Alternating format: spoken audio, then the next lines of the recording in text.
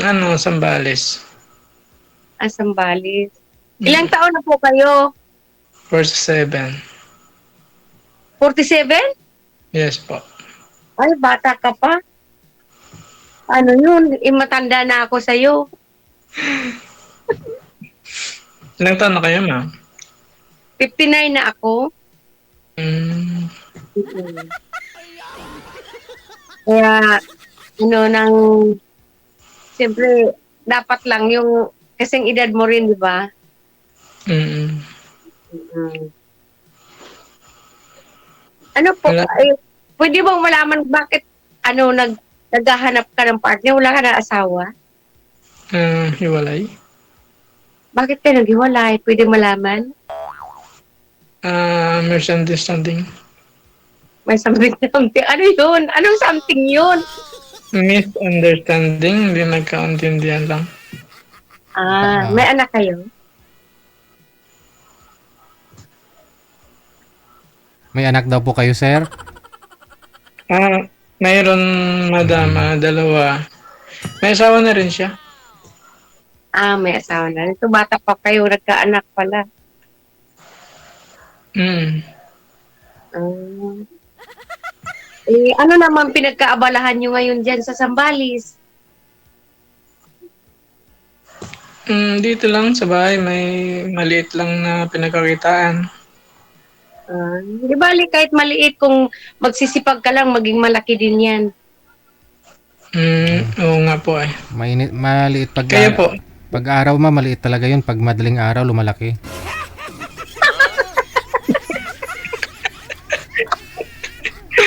Kasing, kasing laki ng oxen.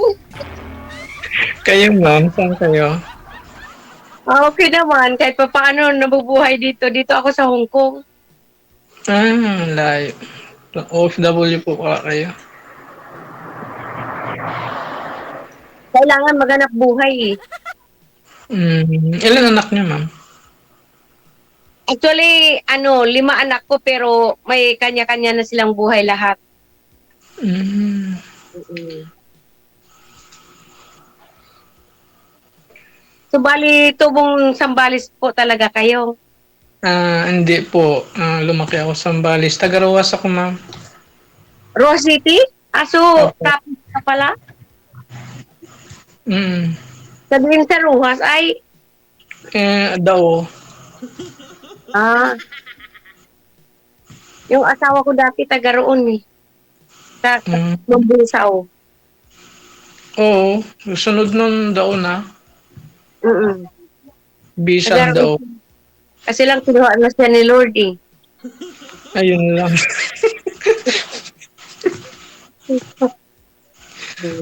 Sa'yo, sa'yo may naghiwalay kayo kasi may hindi pinagkaintindihan kami. Kinuha siya ni Lord eh.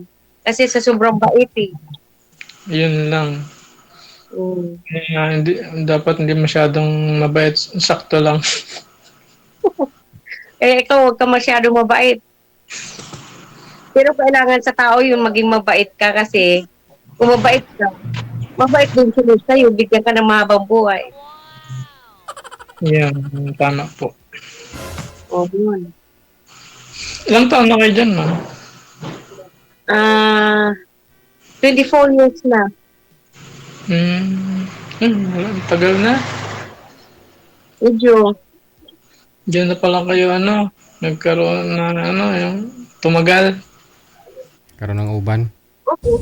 Oo, siyempre, kailangan tumagal talaga kasi kung nandyan lang sa Pinas, wala ka namang kabuhayan dyan kung dahil pag nagkakaedad na, alam mo naman sa Pinas, hindi tulad dito na kahit nagkakaedad ka, pwede ka pang magtrabaho. Pero pag dyan sa Pinas, wala, pleasing personality. So, wala nang mo trabahoan dito, ma'am. Mm-mm. Sir, masaya ka daw po ba? Sumali ka dito, sir? Yes, Sir DJ. Yan, masaya ko kasi masaya kayo ako kahit nanonood lang ako sa'yo eh. Oo. Kasi sabi ng mga viewers natin, mukhang malungkot daw po kayo, sir. Kaya Hindi, naman ganun talaga. pag Ganun talaga. Ganun talaga ako, Sir DJ. Yung parang seryoso lagi. Ah. Ganun. Huwag mo, hindi pagpunggi ang kaladlawon mo wala. Hindi, Sir Reggie, kasi malungkot siya kasi matanda yung kausap niya, minats mo sa kanya eh. Ay, hindi, Dapat, okay lang. Wala namang problema yun, ma'am. Hindi naman yun sa edad ng nana. Importante, marunong kipag-usap, gano'n. importante ang mahalaga. Yun, tama ka, ma'am. Oo. Importante. Pero ngumiti ka man dyan. Huwag kang malungkot. Ganun talaga ako, seryoso. Yung laging seryoso. Ganun, walang, imik lang, time lang ako. Oo nga. Huwag kang laging seryoso kasi pag lagi kang seryoso, tatanda tayo kaagad niyan. Sige, ma'am. Pag lagi tayong magkakausap, lagi yung ngiti. Talaga. Umpisahan mo na, sir. Ano nga pala pangalan mo, ma'am? Si Amy. Ano po? Amy. Ning? Oo. Ene. Ining? Imi? Ene. E as in eagle, ma'am, eh. E as in A-N-A-A. A-N-A. Hmm, Ano apelyido mo? Igasan. Tigasan na. Opo. Ikaw, Buti na lang hindi tigasin. ay, malapit na. Ano pilido mo, ma'am? Ricotti. Recruiting? Opo. Hmm, ang ganda naman ng apelido mo. Parang wala dito sa Pilipinas. Kasi apelyido niya ng asawa ko noon. Hmm, Siyempre, dala-dala ko pa Wala rin yung yung asawa mo. Kaya pala, sabi ko na nga ba eh. Wala dito sa Pilipinas eh. mm, Anong lahi po ba yung asawa niyo, ma'am? taga-Capiz po siya. Oy, Pilipino. yun naman po pala eh. Ano nga po apelyido, ma'am? Ricotti. Dakote. Ricotti. Ricotti. R-I-C-O-T-E.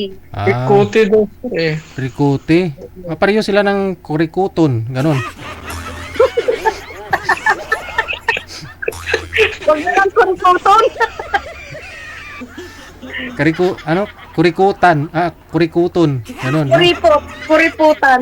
Pero, apelyido ko talaga sa pagdadalaga, Martini. Oh. Martini. Anong probinsya mo, ma'am? Cebu. Cebu. Magaganda daw yung mga taga Cebuano eh. Mga taga Cebu.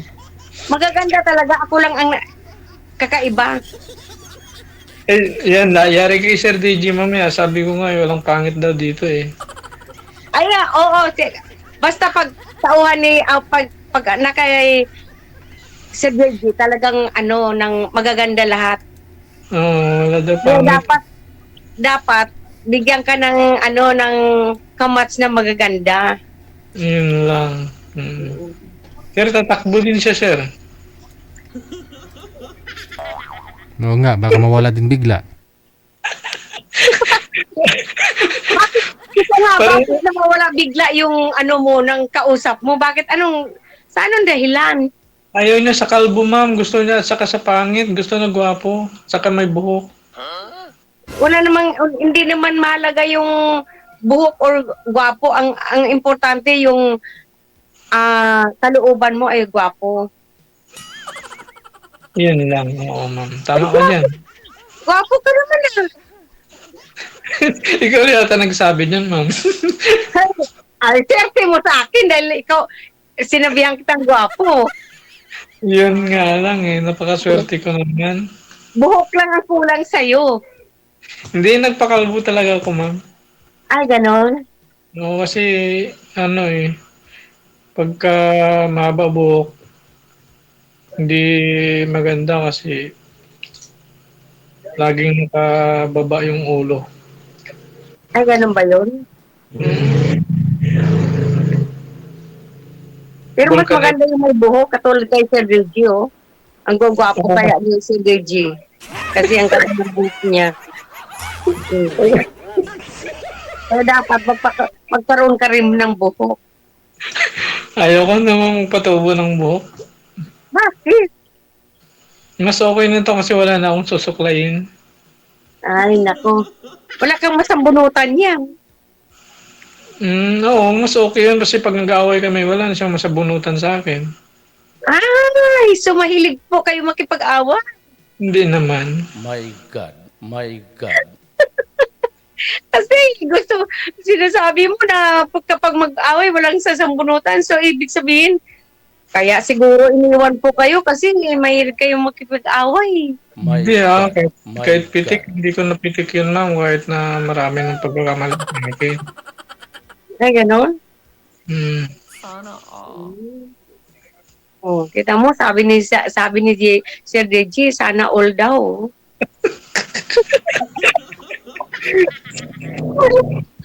Ay, nako. Kasi problema lang, huwag ka lang magalit, ha? Bakit kasi iniwan ka? Hindi lang siya masaya. Kasi malayo kasi dati. Parang, once a month lang ako umuwi. Dati akong security ng bangko. So security ka pala. Dati, pero before ako nag-security ng bangko, machine operator ako ng rice mill, tapos nag-aaral ako ng automotive. Ganon. Tapos, kaya sa kakahintay sa'yo, iniwan ka na lang. Hindi ka siguro sumisipot eh. Ay, baka hindi lang sa masaya. Pero okay naman. Baka naman iba din ang ginagwardyahan mo, kaya ganon. Di naman. Mm-hmm. Puro lang ako Kasi trabaho. karamihan sa mga gwardya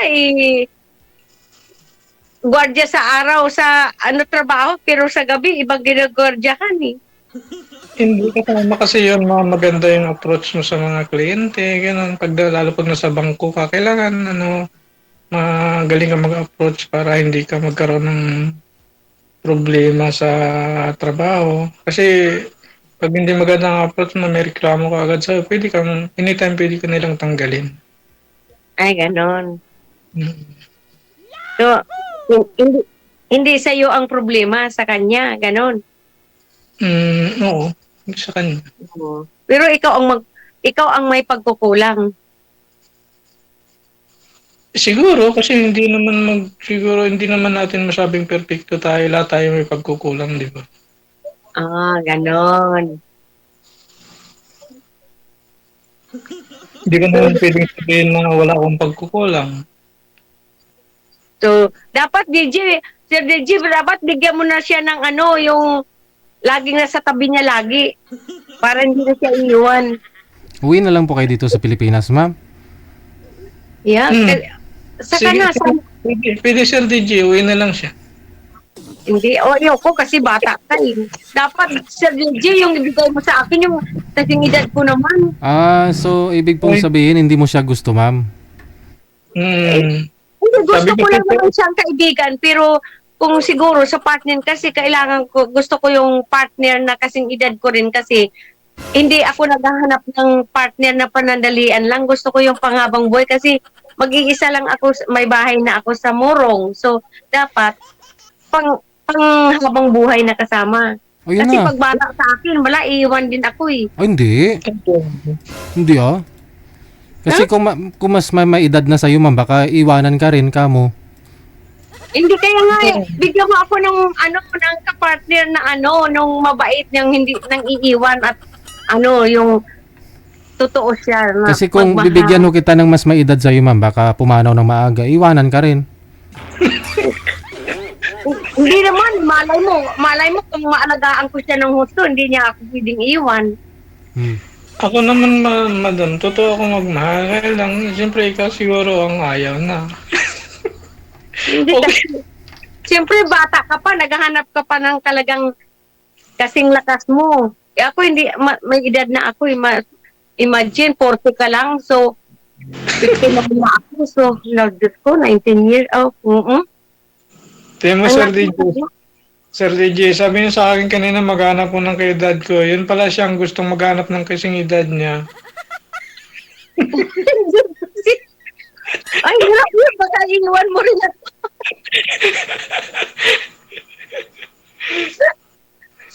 Diba? Mm. Ilang taon ka na nga po ulit, ma'am? Ilang taon na po kayo? 59 na po ako. At tapos ikaw, sir? 47, sir. Dusi, 12 Ako, years. Akala ko 40 ka lang eh. Sabi mo 40. 47. Mm-hmm. 47 pala. Mm. Kamali pala ako ng computation eh. Oo, 12 Kala years lang. ko 40 ka lang. 19 years ang agwat natin. Kasi ikaw hindi mo agad kinumpute eh. Eh sabi mo 40 ka eh. Hindi, 47. Sabi ko ilang taon ka na. Sabi mo 40. Oh. Pakita mo naman buong ano mo. Huwag mo na maitago yung ano mo. Buong mukha mo. Ako, nakaklear yung mukha ko ha. Ngayon, hindi na nakatago. Para pag nakangiti ka, nakikita ko naman baka mamaya kulang-kulang para ipin. Ay, kulang na, sa gitna. Kasi na-disgrasya ako sa motor, kaya naging kulang. Ay, ganon? Nagmumotor kasi ako. Ano, sir, nadapa po? Ano kayo, nakabangga? Hindi, sir. Yung sinusundan ko, biglang lumiko. Oo. Hindi naabot ng preno, kaya gumulong ako. Wala pa sub-sub po kayo, natanggal yung ngipin. Opo, sir. Sana nagpabayad po kayo dun sa kanya. Para maging pogi kayo, lagyan niyo uli ipin. Ibig sabihin, hindi siya pogi. Kasi kulang. Kulang na ipin. Hindi na natin kailangan magpapogi. Okay na yan. Siyempre, malay mo, makatagpo ka pa ng mas bata pa sa'yo na ano. Oh. Kasi Okay bata na ka pa naman eh. Oh. Hindi na natin kailangan gumastos. Kung sino lang yung lalapit, yun na lang. Ay, ganun ba yun? Siyempre naman. Kailangan din na tayo, kaya hindi na natin kailangan maging pogi pa. Eh kung sakaling gugustuhin kita, paano na makakailangan ako kayang pakainin? Malakas ako kumain. Hindi naman siguro mabibitin sa pagkain. Ay, ganon? Eh ano naman kabuhayan natin dyan sa sa Zambales? Dito lang sa bahay, mayroon maliit lang na business yun. Vulcanizing shop daw po, ma'am. Anong klaseng business po yun? Pwede malaman? Ano siya, vulcanizing shop, tapos gumagawa din ako ng mga motor. Ganon. Parang motor shop, ganon. Yes po. Di, ano sa palagay mo? Kasi hindi ako mapalagay eh.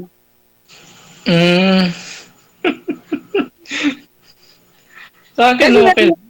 Sa nandito akin, ako sa malayo eh. hindi naman problema yun. Malayo, malapit. Isa din naman. Tama ka, ma'am. Sa palagay, Sir JJ, sa palagay mo, Anong palagay, ma'am? ano sa palagay mo, kami kaya ang itinadhana? Ewan ko, umbot sa langaw. May spark po ba, ma'am? Anong pakiramdam mo dito kay sir? Natatakot ako, sir eh. Bakit? Kumukha ako? Hindi, kasi bata ka pa eh. Kasi gusto ko yung line of 5 naman kasi mahirap na eh. Kapag bata kasi medyo malakas pa ho, sir. Baka mabigla si ma'am. Pilay-pilay. Malakas pa nga. O doon siya kinakabahan. Sir JJ, di ba, pag bata pa, kalakasan pa nila yan. So, naghanap pa sila ng medyo kaya nila kaya siyang sabayan. Oo. Di ba? Bakit, ma'am, di mo na kaya? siguro, kaya ko naman pero hindi na talaga as in kasi bata. May edad naman na ako kasi hanap ko talaga yung companionship lang sa buhay. Kasi mayroon kasing iba naghahanap talaga ng yung hinahanap ng katawan nila, kaya ganun. Si sir siguro hindi niya rin naman hinahanap yan kasi matagal naman naman siyang walang asawa eh. Imalay mo, mayroon siyang nasa tabi-tabi lang dyan. Ayun. Wala naman. Wala ba? Eh, dito focus na lang ako sa trabaho. Trabaho na lang ako lagi, hindi na ako lumalabas. Dito na sa bahay. Sino kasama mo sa bahay mo? Isa ko lang, minsan pagka bakasyon, umuwi yung mga anak ko, yung dalawa. Kung may kasama ako dito, di may katabi na ako. Magagalit na yun pagkausap ka. Siyempre, sasabihin mo, huwag ka munang pumunta dito kasi may kausap ako mamaya. May gagawin ako ko. Pwede yung gano'n. Baka bingi, bulag, no? Siya. Mahal siguro sir, bulag. Sige po, tuloy-tuloy lang ang usapan ninyo. Maraming salamat sa inyong dalawa. Ay, maraming salamat, Sir Georgie, Bye. Ano naman? Bye-bye. Thank you, Sir. Tuloy-tuloy lang ang usapan. Tuloy-tuloy po yan. Hindi ko po kayo di-disconnect. Tuloy-tuloy po. Na? Salamat, Sir Georgie.